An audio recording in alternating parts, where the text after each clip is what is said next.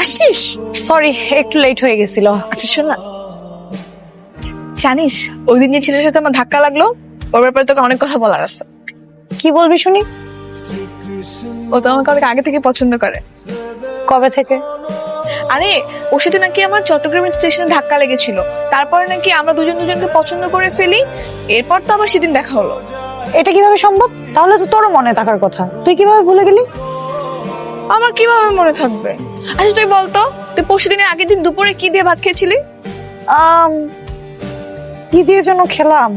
ভুলে গেছিস তো? তোর পরশুর কথাই মনে নেই আর আমার 7-8 বছর আগের কথা কিভাবে মনে থাকবে? তার মানে তুই এখন ইন রিলেশনশিপ আছিস? অনেকটা। ভালো তো। শোন, কালকে না আমি ওর সাথে ঘুরতে যাব, ভাবতেছি আমি তোকেও নিয়ে যাব। আমি যে কি করব? যেতে বলছিস যাবে, এত কথা বলিস কেন? ওকে তোর সাথে পরিচয় করে দিব। আচ্ছা ঠিক আছে। কালকে আমরা অনেক ঘুরবো, 3 জন মিলে। মজা হবে না বল? তোর হিরো কোথায়? আরে আসবে, একটু ওয়েট কর। ওই তো চলে আসছে। দেখো আমার বান্ধবী সাদিয়া। কি রে, হাই বল। হাই। হ্যালো। জানিস আমরা দুজন যখন খুব কাছাকাছি থাকি তখন আমাদের হার্টবিট ধকধক করে, কারণ পৃথিবীতে স্পেশাল জুটিগুলো নাকি এরকম হয়। ফুচকা খাবে? তোমরা কি অর্ডার করেছো? না। আর ঠিক আছে, আমি অর্ডার দিচ্ছি। মামা ফুচকা বানাও তো। তুই এখন বাসায় চল। কেন এখন, কেন বাসায় যাব? আর কতক্ষণ থাকবি? আমরা আজকে প্ল্যানিং করলাম 3 জন মিলে অনেক ঘুরবো, সিনেমা দেখতে যাবো, ফুচকা খাবো। আচ্ছা শোন, তুই থাক তাহলে, তোর আড্ডা দে, আমার একটু কাজ আছে, আমি যাই। চলে যাবি? আচ্ছা যা। Hello uncle. হ্যাঁ মা বলো। আপনার সাথে আমার একটু জরুরি কথা ছিল। হ্যাঁ ঠিক আছে বলো। সামনাসামনি এসে বলি?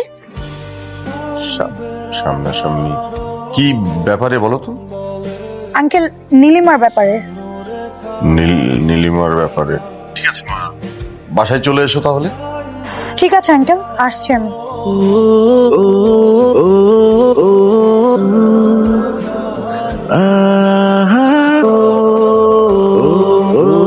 ঘুরতে ঘুরতে অনেক রাত হয়ে গেল।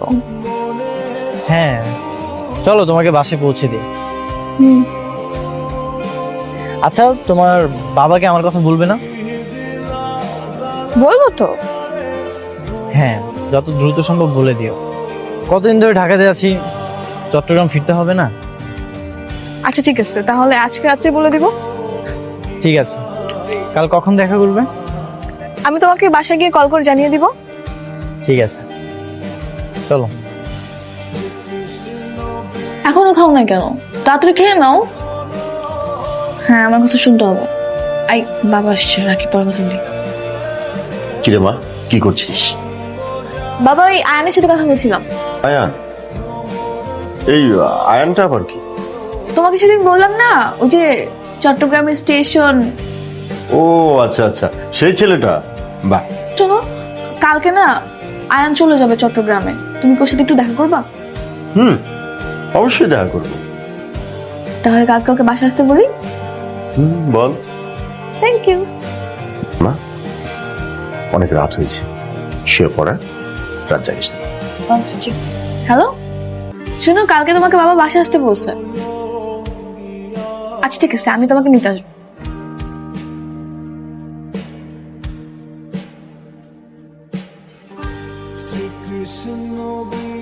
আই, এখানে কি আয়ন আসছিল? আমি না আয়নকে কোথাও খুঁজে পাচ্ছি না। না তো, আয়ান কে? আরে ওই ছেলেটা যে আমার সাথে এখানে মাঝে মাঝে দেখা করতে আসতো। ওই আপু, এখানে তো আগে কখনো কোনো ছেলে আসেনি। আরে ধুর, তোমাদের তো দেখি কিছুই মনে নেই। আচ্ছা যাই হোক, তোমরা এক কাজ করো, আজকে বাসায় চলে যাও, আমি কোনো ক্লাস নিব না, অন্য একদিন ক্লাস নিবো। হ্যাঁ যাও। কিরে মা, কি হয়েছে? এভাবে সবকিছু ছুড়ে ফেলছিস কেন? সব ভেঙে চুরে কি অবস্থা? কি হয়েছে রে মা? তুই কান্নাকাটি করতেছিস কেন? কি হয়েছে? বাবা আয়ন কই? আমি তোর কোথাও খুঁজে পাইতেছি না। ওর নাম্বার বন্ধ, আমি ওর জন্য ওইখানে অপেক্ষা করতেছিলাম, কিন্তু ও আসে নাই। কেন আসে নাই বাবা? আসবে মা, আসবে। তুই একটু মাথা ঠান্ডা করো, ও আসবে। ও আসবে না, ও আসবে না, ও আসলো তো আসতো, ও ওইখানে কেন আসে নাই?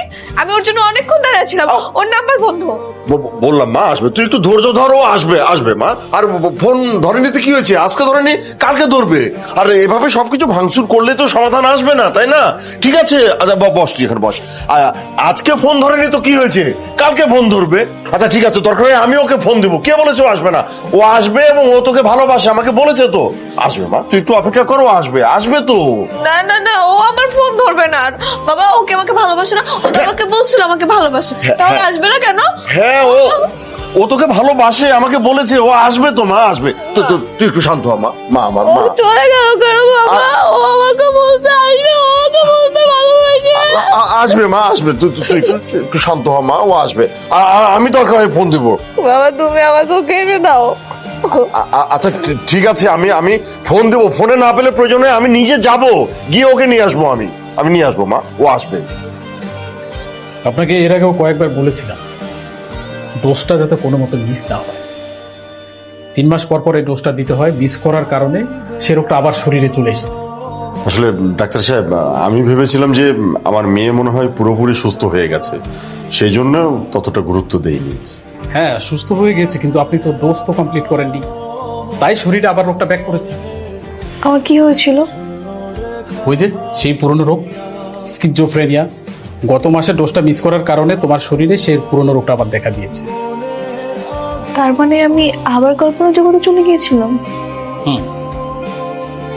কল্পনাতে যাদের সাথে তুমি দেখা করেছিলে, কথা বলেছিলে, পুরোটাই ছিল তোমার কল্পনা। আসলে যাদের সাথে দেখা করেছিলে বাস্তবে তাদের কোনো অস্তিত্বই নেই। তার মানে আয়ান, ডাবু, ওরা সব আমার কল্পনা ছিল? এই পৃথিবীতে ওদের কোনো অস্তিত্ব নেই? না, আসলে মা, বিষয়টা হয়েছে কি, তুই তখন খুব ছোট। ছোটবেলায় মায়ের অ্যাক্সিডেন্টটা চোখের সামনে দেখার পরে তোর এই রোগটা হয়ে যায়। পরে ডাক্তার সাহেবের দীর্ঘদিন চিকিৎসা নেওয়ার পরে তুই সুস্থ হয়ে উঠিস। কিন্তু গত মাসে এই ডোজটা দেওয়ার কথা ছিল, আমাদের ভুলবশত সেটা মিস্টেক হয়ে গেছে, যার জন্যে তোর আবার এমন হলো। আচ্ছা ডক্টর, আর কতদিন ডোজটা নিতে হবে? 1 বছর। 1 বছর যদি তুমি ঠিকঠাক মতো মেডিসিনটা শরীরে দাও তাহলে এই রোগটা চলে যাবে ইনশাআল্লাহ। আজকে আমি তোমাকে রিলিজ দিয়ে দিচ্ছি, আর একটু আপনি আমার সাথে আসুন, আমি আপনাকে কিছু ওষুধ লিখে দিচ্ছি, ঠিক আছে? জি জি জি। তোর ঠিকঠাক লাগছে সব? চিন্তা করিস না। কি অদ্ভুত রোগ, তাই না? আমি ছাড়া কেউ দেখতে পাইনি।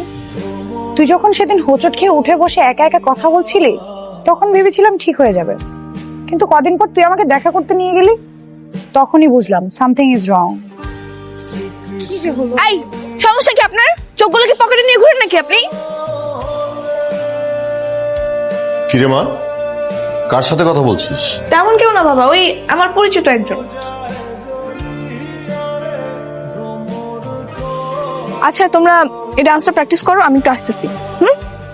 আপু কার সাথে কথা বলতেছে? আমি ঠিক জানি না। তুই এখন বাসায় চল। কেন এখন কেন বাসায় যাব? আর কতক্ষণ থাকবি? আমরা আজকে প্ল্যানিং করলাম 3 জন মিলে অনেক ঘুরবো, সিনেমা দেখতে যাব, ফুচকা খাবো। আচ্ছা শোন, তুই থাক তাহলে, তোর আড্ডা দে, আমার একটু কাজ আছে, আমি যাই। আরে ওই ছেলেটা যে আমার সাথে এখানে মাঝে মাঝে দেখা করতে আসতো। ওই আপু, এখানে তো আগে কখনো কোনো ছেলে আসেনি। তার মানে আমার কল্পনার মানুষকে আমি ছাড়া কেউ দেখতে পেলো না? না, আমিও দেখতে চাই তোর কল্পনার মানুষকে। একটা ব্যবস্থা আছে। কি ব্যবস্থা? ছবি এঁকে। তার মানে পরের স্কেচটা তোর কল্পনার মানুষ আয়নের হচ্ছে, তাই তো? চল তোকে ছবি এঁকে দেখাই। বাহ, আঁকা শেষ? হ্যাঁ শেষ। দেখ, এটাই আমার আয়ান, যে আমার কল্পনা এসেছিল। আমি এতদিন ওর সাথেই ঘুরেছি, ফিরেছি, হেঁটেছি। বাহ, ছেলেটা তো খুব সুন্দর। হ্যাঁ, অনেক সুন্দর। আচ্ছা, আমি আয়ানকে কেন দেখলাম? হয় এমন, এই রোগে ভুক্তভোগীরা কখন কাকে কোথায় দেখে ফেলে কোনো ঠিক নেই। আচ্ছা, আসলে কি এই পৃথিবীতে ওর কোনো অস্তিত্ব নেই? না, আয়ানেরও নেই, ডাবুরও নেই, এগুলো সব তোর কাল্পনিক চরিত্র। যদি ও বাস্তবেও কোনো অস্তিত্ব থাকতো না, আমি ওকে অনেক ভালোবাসতাম। ও যদি আমাকে ভালো না বাসতো, পিছিয়ে লেগে থাকতাম। কারণ আমি ওর প্রেমে পড়ে গেছি। হ্যাঁ, অনেক হয়েছে, এবার রেস্ট নে। ঠিক আছে, সকালে আবার গিয়ে তোকে নাচ শেখাতে হবে। আমি এখন আসছি, মেডিসিন গুলো কিন্তু খেয়ে নিস। আচ্ছা ঠিক আছে, তুই যা। এই ছবিটা আবার কেন নিয়ে আসলি? আর একটু ফিনিশিং বাকি আছে, ভাবছি নাচ শেখানোর পরে ন্যাচারাল পরিবেশে আঁকবো। ঠিক আছে।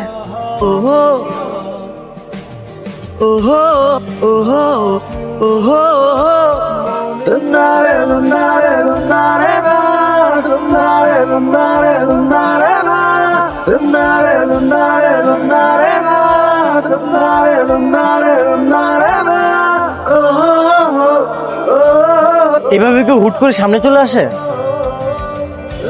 আমি তো মেডিসিন খেয়েছি, তারপর তুমি কেন এলে? কি বলছেন এসব? এই দেখো, আমি না তোমার ছবি এঁকেছি। আমার ছবি? সুন্দর তো। তা আপনি আমার ছবি কেন এঁকেছেন? কারণ আমি একজন আর্টিস্ট, তাই। আপনি তো বেশ সুন্দর ছবি আঁকতে পারেন। বাই দ্য ওয়ে, ছবিটার জন্য থ্যাংক ইউ।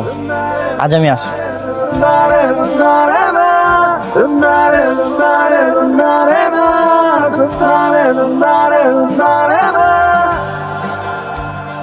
কি রে, হাকর কি দেখছিস?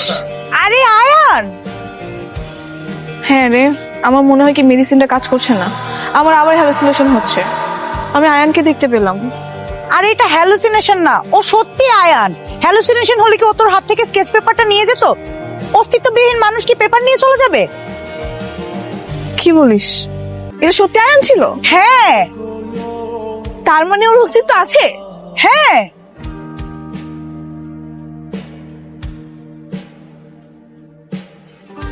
শ্রীকৃষ্ণ